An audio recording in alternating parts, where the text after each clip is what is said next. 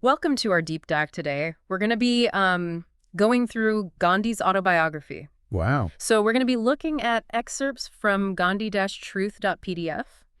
And by the end of this, you should have like a really good understanding of his life, his philosophies, and how he became the leader that we all know. Yeah, it's amazing how even like the small details of his early life Yeah. kind of like foreshadowed the extraordinary path that he would forge later on. Absolutely.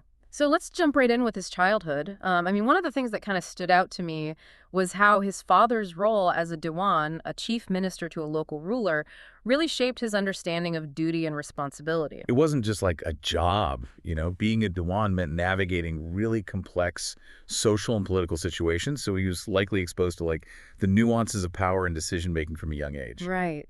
And speaking of duty, his marriage at 13, arranged, as was the custom in Kathiawar at the time, Right. that also speaks to this whole theme of duty. But then there's this anecdote about his wedding day that really caught my eye. Oh, His father, injured and bandaged, arrives at the ceremony, but they went ahead as planned because the dates couldn't be changed. yeah, and it's said that like amidst all of this chaos, young Gandhi was more preoccupied with the wedding festivities than his father's injuries. Wow. It seems kind of humorous on the surface, but it might show an early ability to like compartmentalize, Hmm. to focus on the task at hand, even amidst distractions, a quality that served him really well later in life. For sure. And it makes you wonder, did that same focus allow him to develop the incredible discipline he became known for? But he wasn't without regrets, especially when it came to his wife, Kasturbai. Right. He reflects on how his lustful love during their early marriage, as he called it, really impacted Kasturbay's education. Interesting. Yeah. He acknowledges that he prioritized his desires over her intellectual growth, a regret that speaks volumes about his evolving understanding of equality and respect within a relationship. Yeah. He also expressed guilt over actions like eating meat and lying to his mother. And he even mentions visiting a brothel. It seems like there was this constant internal struggle between his desires and a developing moral compass. Yeah.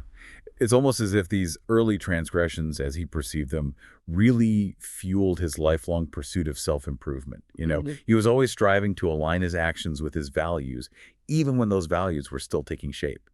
So then comes the pivotal decision to travel to England to become a barrister. Talk about a culture shock. Yeah. Imagine the shift.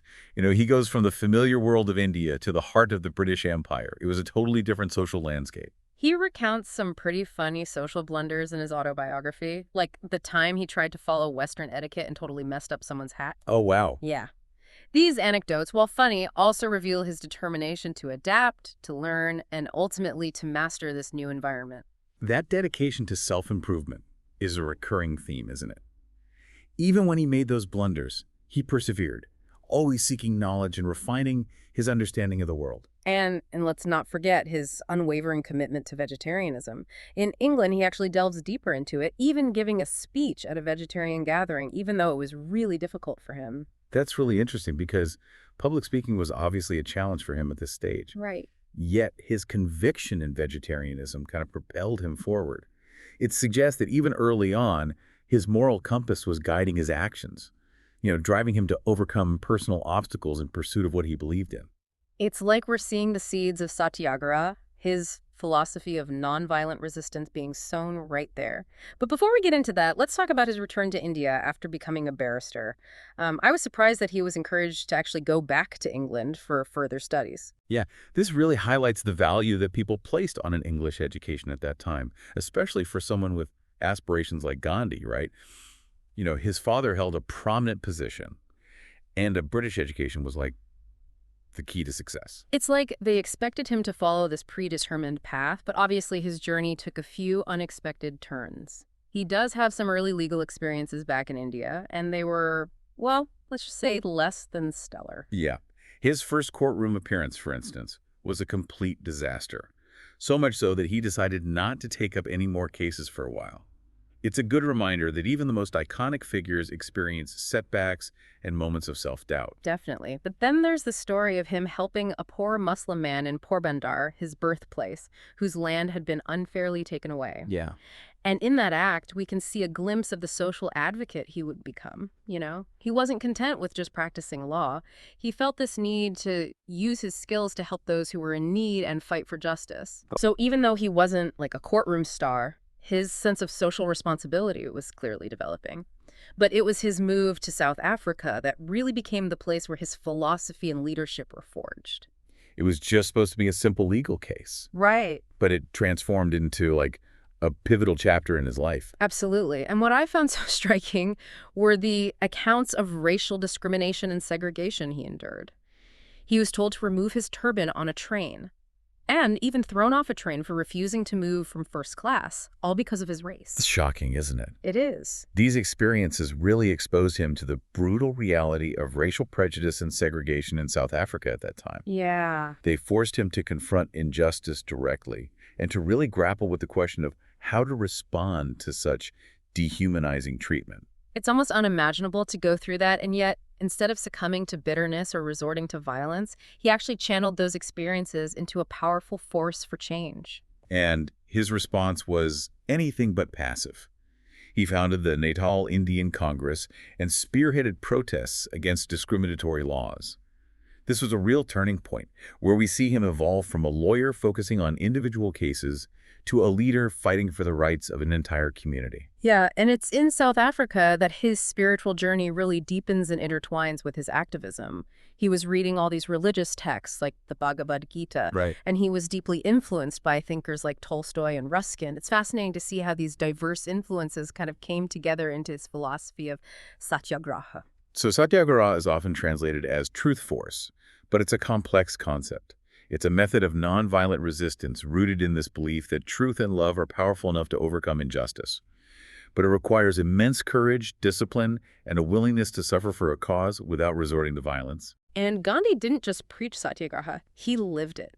He embraced simple living, experimenting with his diet, and even taking up manual labor.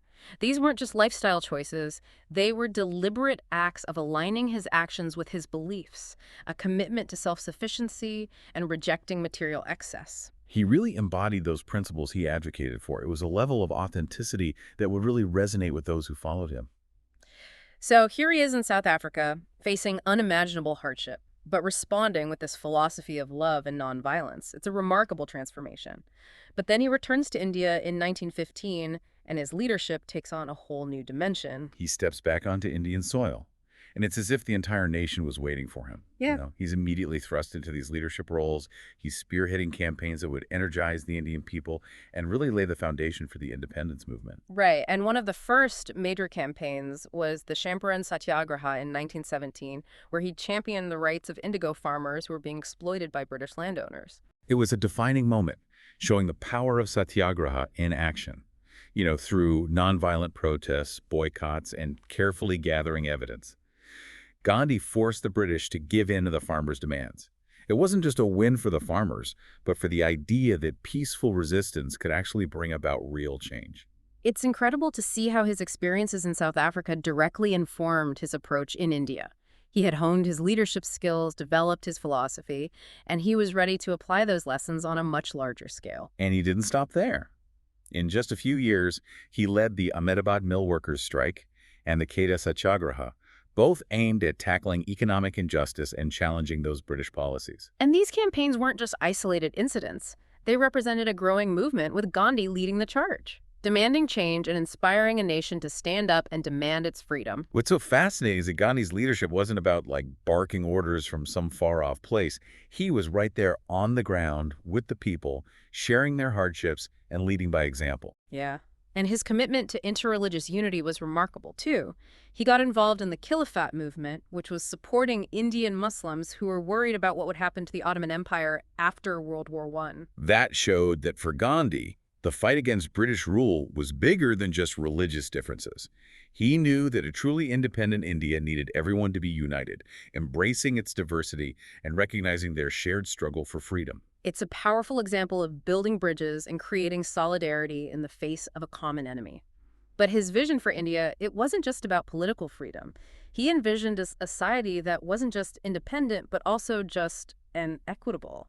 His efforts to improve things like sanitation, to promote village education, and empower women show how he thought about building a nation in a holistic way.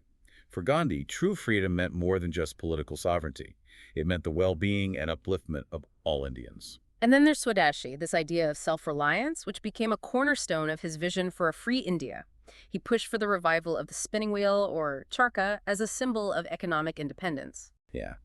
It wasn't just about spinning yarn. It was about rejecting British manufactured goods, about bringing back traditional Indian industries, a powerful statement about economic self-sufficiency. It was brilliant. He turned this simple tool into a symbol of national pride and resistance.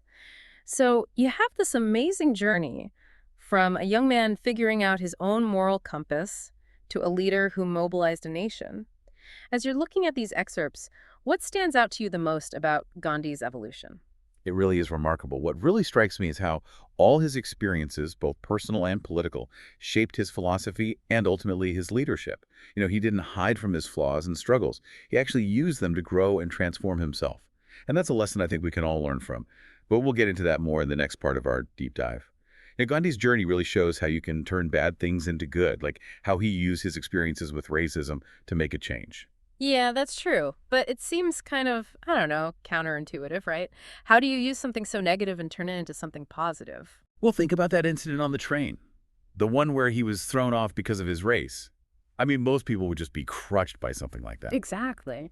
But for Gandhi, it seemed to light a fire in him, this determination to fight injustice. But to do it in a way that was still, I don't know, respectful to everyone involved. So it wasn't about getting revenge or causing more pain. It was about something bigger.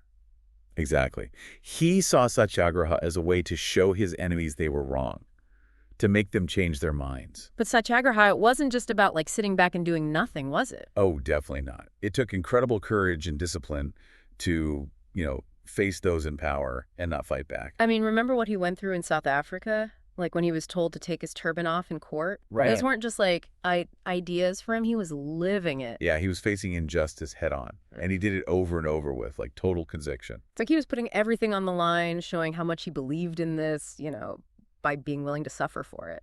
And by doing that, he inspired so many others to join him. His leadership wasn't about telling people what to do from far away. It was about showing them, leading by example. And it wasn't just a bunch of intellectuals or politicians. He was inspiring normal people, farmers, laborers, everybody. How did he connect with so many different people? He had a way of tapping into what all Indians wanted and what made them angry. He talked to them in a way they understood, and he gave them a vision of a future where their lives would be better. But it wasn't just the big speeches, right? He also cared about the everyday problems people had. Like the work he did with sanitation and village education shows that he understood that political freedom had to go hand in hand with making life better for everyone. He knew that freedom wasn't just about getting the British out. It had to be about improving the lives of all Indians.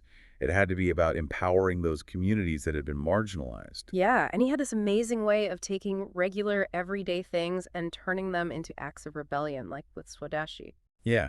He took this idea of boycotting British goods and turned it into something much bigger, a movement to make India more self-sufficient. And that spinning wheel, that simple tool, he turned it into a symbol of this whole movement. Yeah, it was brilliant. A symbol of economic freedom, of national pride, Yeah. of pushing back against the British. And it really resonated with people, gave them a real way to be a part of the fight. But it wasn't just about, the money. Gandhi also saw the spinning wheel as a way to grow spiritually. He believed that working with your hands, actually creating something, could change a person. It was about looking inward, relying on yourself, and realizing what you're capable of. It makes you think differently about how we view work and what we buy, right? It's not just about getting rich or showing off. It's about doing something meaningful, something you believe in. Absolutely. And that's a message we really need to hear today, with all the consumerism and the focus on material things. It's true. One thing that really struck me about Gandhi was how honest he was about his own flaws. He didn't try to pretend he was perfect. He talked openly about his struggles with anger, desire, even doubt. And by being so open about his own humanity, he made his story even more compelling and easier to relate to. He wasn't some kind of superhero. He was a man just like us, but a man who was dedicated to being better. And it shows us that growth is a journey, a constant process of trying to live up to our values, even when we mess up along the way. He was always learning, always changing, and he wasn't afraid to challenge what everyone thought was right, even when it meant going against the flow. Yeah.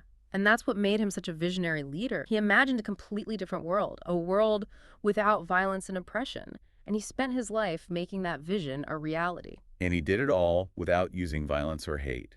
He showed us that you can fight for what you believe in without losing your principles. His legacy really pushes us to work towards a world where everyone can live with dignity and peace. And his message is so important for all the problems we're facing today. It's true. We've got social justice issues, economic inequality, the environment.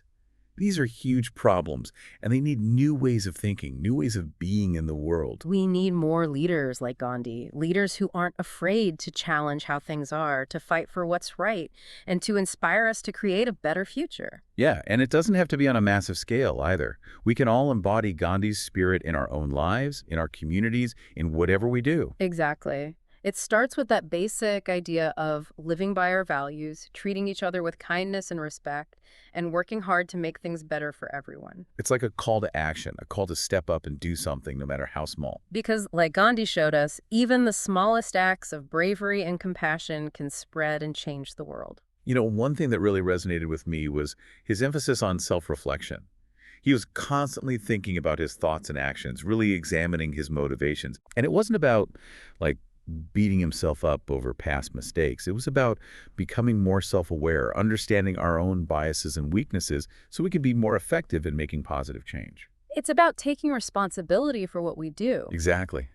He understood that if we're not willing to face our own dark side, we'll never be able to truly create a better world. He was a big believer in looking inward for change. Right. He saw it as an ongoing process, this constant effort to make our actions match our values. A journey that requires bravery, humility, and learning from our mistakes. And he didn't just talk about self-reflection, he lived it, openly sharing his own struggles and admitting his own shortcomings. Which makes his story even more powerful, right? Absolutely. It shows us that he wasn't some perfect being, but someone who was constantly working on himself, just like he was working on changing the world. By sharing both his personal and political journey, he's telling us that these two parts of our lives, they're not separate. Yeah. Our experiences, our relationships, even our struggles, they all play a part in how we see the world and what we contribute. He was a husband, a father, a friend, as well as this political and spiritual leader. Yeah. And he brought all of those roles into his work, which I think made him even more compassionate. It's like he's saying, we don't have to choose between being good people and being effective leaders. Right. We can do both, and I think we have to bring all of ourselves to the table, all our good and bad, to really make a difference. And for Gandhi, truth was at the heart of it all. It wasn't just some abstract idea. It was the foundation for everything, for making ethical decisions and for any kind of social progress. Yeah, he believed that truth was bigger than individual opinions, something universal. And he challenged us to be truthful, not just in what we say and do, but even in our own thoughts. It's about living by our values, being honest with ourselves and everyone else, and having the guts to stand up for what we believe in, even when it's hard. And he wasn't just all talk, he actually lived this way. He stuck to his principles even when it meant going to jail, facing violence, even risking his life. He never gave up on nonviolence, no matter what. Right. He believed violence only creates more violence, that hatred only leads to more hate. He taught us that real strength comes from love, compassion, and believing in the good in everyone. And his message about nonviolence is still important in movements all around the world today. Definitely. From the civil rights movement to the fight for democracy in different countries, people are still inspired by his philosophy of standing up for what's right without using violence. It really proves that peaceful resistance can change things, that it can even bring down empires. One thing that really impressed me was his emphasis on simple living. He didn't care about material things. He focused on what was important, and he found happiness in the moment. He believed that living simply could lead to spiritual growth, inner peace, and a way of life that was better for everyone. It's a message that we need to hear today more than ever, in a world that's obsessed with buying things and having more stuff. It's true. Gandhi reminds us that having less can actually be better, that true wealth comes from experiences, relationships, and living a meaningful life. And it wasn't just about each person living simply, right? He also pushed for Swadeshi, which we've talked about, this idea of being self-sufficient as a country. He wanted people to take back their economic power, support local businesses, and build a sense of community. It's an idea that's so important today with all the problems we see from globalization, climate change, and economic inequality. Yeah, he was ahead of his time. His ideas could help us build an economy that's fair and works for everyone. And I also found it really powerful how honest he was about his struggles. He talked about his doubts, his fears, times when he felt weak. That's what makes his story so inspiring. He wasn't afraid to show that even the greatest leaders are human, that they struggle just like us. And it reminds us that we're always growing, always trying to become better versions of ourselves. He admitted he wasn't perfect, that he made mistakes, and was always working on becoming better. It's really powerful. It shows us that leadership isn't about being flawless, it's about being real, about being human, and always trying to grow and evolve. Yeah. And his ideas about nonviolence, they're still inspiring movements around the world. Definitely. We see his influence in everything from the civil rights movement to the fight against apartheid, all these people using his philosophy to fight for justice and equality without resorting to violence. He really showed the world that you can be strong and peaceful at the same time, that you can fight for what's right without hate. And his legacy continues to inspire activists and everyday people around the world to work for a better future. Yeah. His story is a reminder that every single one of us has the power to make a difference. Even small acts of courage and compassion can create big changes. You know, Gandhi was also a strong advocate for self-discipline. He believed that self-mastery was really important for personal growth, for acting ethically, and for being an effective leader. Right. He practiced self-control in everything he did, how he ate, how much he slept, what he said, even his own thoughts. He saw it as a way to build inner strength, to resist giving into temptations, and to make sure his actions matched his values. His example inspires us to be more careful about our choices, to develop good habits, and to be more self-aware. He showed us that true freedom doesn't come from doing whatever we want all the time. It comes from mastering ourselves and using our energy for something bigger than ourselves. He was a visionary. He really was. He imagined a world without all the bad stuff, the oppression, the exploitation, the violence. He had this clear vision of a world where things were fair and everyone could thrive, and he gave his life to making it happen. He inspired millions of people to join him in his fight for freedom and justice. He showed us that we really can change the world, that even the most powerful empires can be challenged by the power of truth and love. And his legacy continues to push us to dream big, to work hard for a better future, and to never give up hope. Gandhi was a huge supporter of education. He believed that it was the key to empowering people, to making society better, and creating a fairer world. Yeah, he thought everyone should have access to education, no matter who they were or where they came from.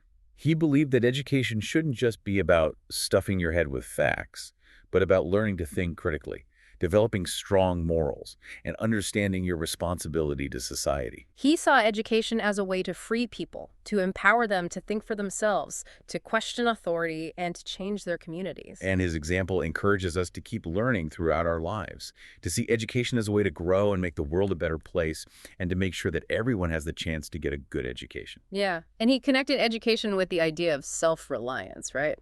He thought education should give people the tools to be self-sufficient, to develop skills, and to contribute to their communities. Absolutely. He imagined an education system that would help people become more creative and innovative and would make them feel responsible for the greater good. His ideas about education are so relevant today. We're still trying to figure out how to prepare students for the challenges of the 21st century. Definitely. Gandhi was also a brilliant strategist. Oh, absolutely. He was amazing at planning and carrying out complicated campaigns, getting people involved, and using peaceful tactics to get what he wanted. He understood timing, how to get the right message across, how to make alliances, and how to use the media to spread his ideas and put pressure on his opponents. And you can really see his brilliance in campaigns like the Salt March, where he led thousands of Indians to the sea to protest the salt tax. Right. It was such a powerful act of civil disobedience. It made the whole world pay attention, and it really helped the movement for Indian independence. It showed how well he understood the power of symbolism, how he could take something simple and make it into a powerful statement. Exactly. His example teaches us to be strategic in our activism, to be creative, and to never underestimate how much we can achieve with nonviolent action. We've seen it over and over throughout his life and work, how committed Ghani was to the idea of truth. Right. He believed that truth was the guiding principle, the foundation for making ethical choices and for any kind of social progress. And for him, it wasn't just some abstract idea, it was something you had to live by, something that had to show up in your actions. He challenged us to be truthful in everything, in our words, our actions, even our thoughts. He reminded us that searching for truth often requires courage, sacrifice, and the willingness to fight for what's right, even when it's unpopular or even dangerous. He was a true beacon of hope. And his life showed the power of truth to change people, to heal rifts, and to make the world more just and compassionate. He never wavered from nonviolence, no matter how much others provoked him. Yeah, he believed that violence just leads to more violence, that hatred only creates more hate.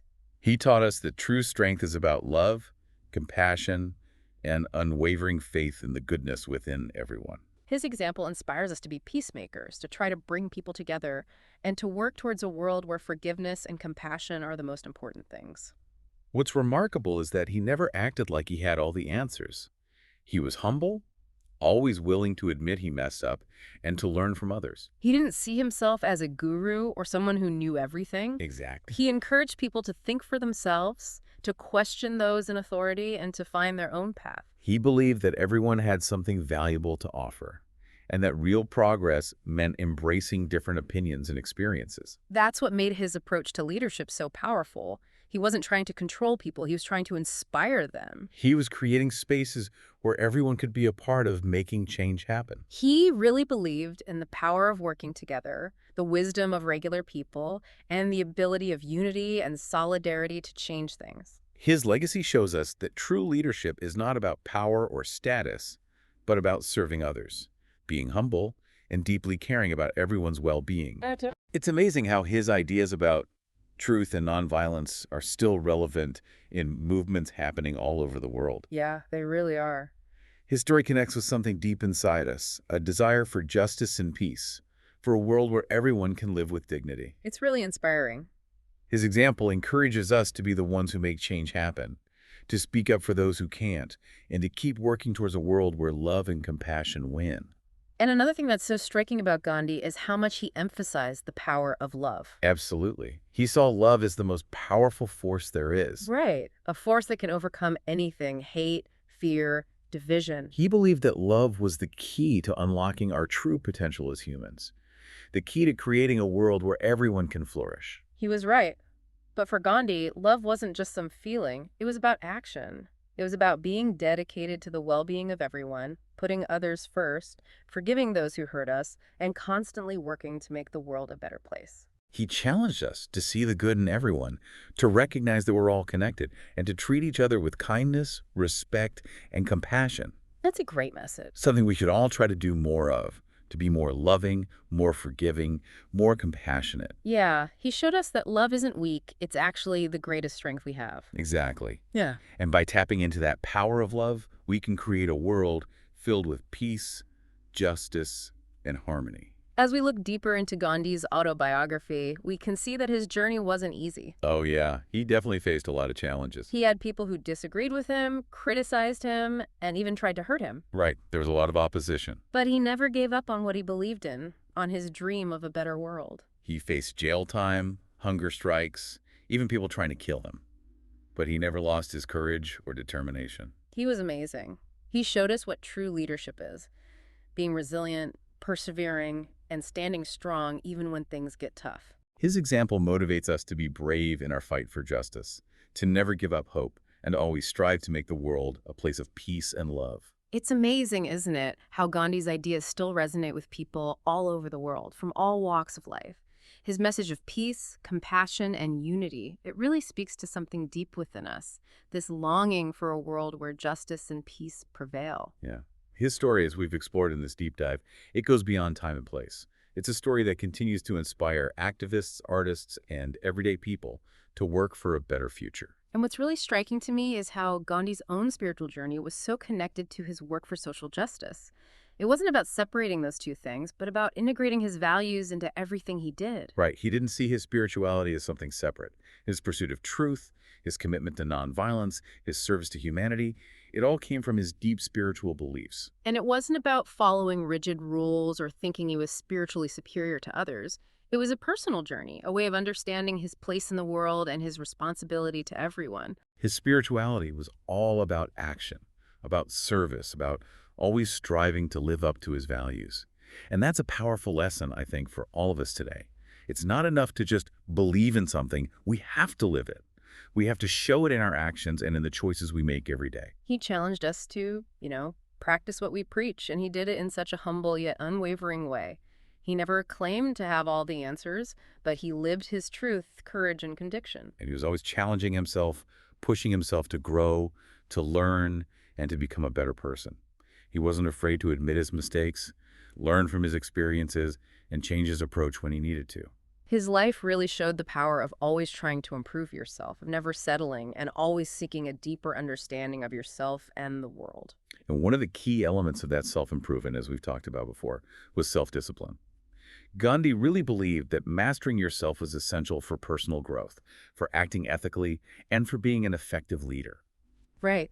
He practiced self-control in every area of his life, from what he ate and how much he slept, to what he said and even his own thoughts. He saw self-discipline as a way to build inner strength, resist temptation, and stay true to his values. It wasn't about denying himself or punishing himself. It was about becoming more self-aware, about having control over his choices, and about choosing to act in accordance with his higher purpose, even when it was tough.